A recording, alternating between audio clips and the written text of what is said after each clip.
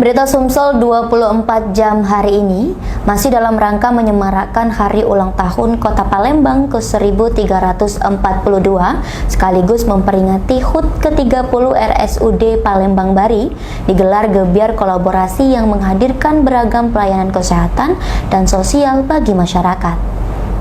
Acara berlangsung di halaman RSUD Palembang Bari pada Rabu 18 Juni 2025. Dibuka langsung oleh Wakil Wali Kota Palembang Prima Salam berkolaborasi dengan Dinas Pengadilan Penduduk dan Keluarga Berencana atau BPPKB Palang Merah Indonesia Kota Palembang serta tuan rumah RSUD Palembang Bari.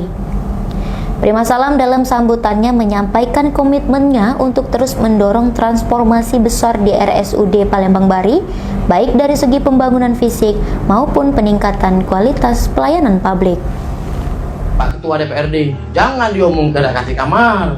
Kalau masuk kosong, nak bawa nama pejabatnya baru masuk, ya kan? Betul Pak, itu realita yang ada. Tetapi saya minta real time.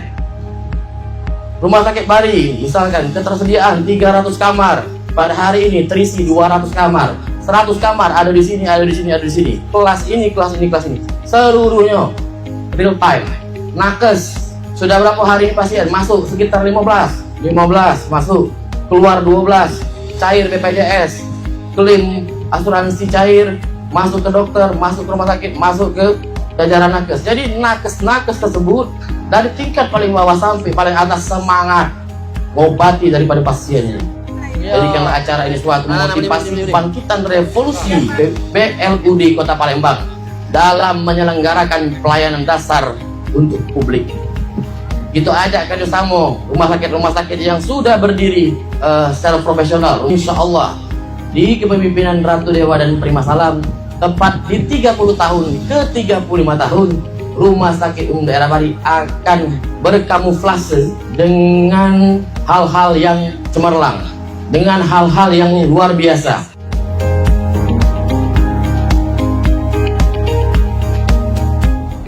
Sementara itu, PLT Direktur RSUD Bari, Amalia, menegaskan bahwa kolaborasi ini menjadi momentum strategis untuk meningkatkan kepercayaan dan kedekatan pelayan rumah sakit dengan masyarakat.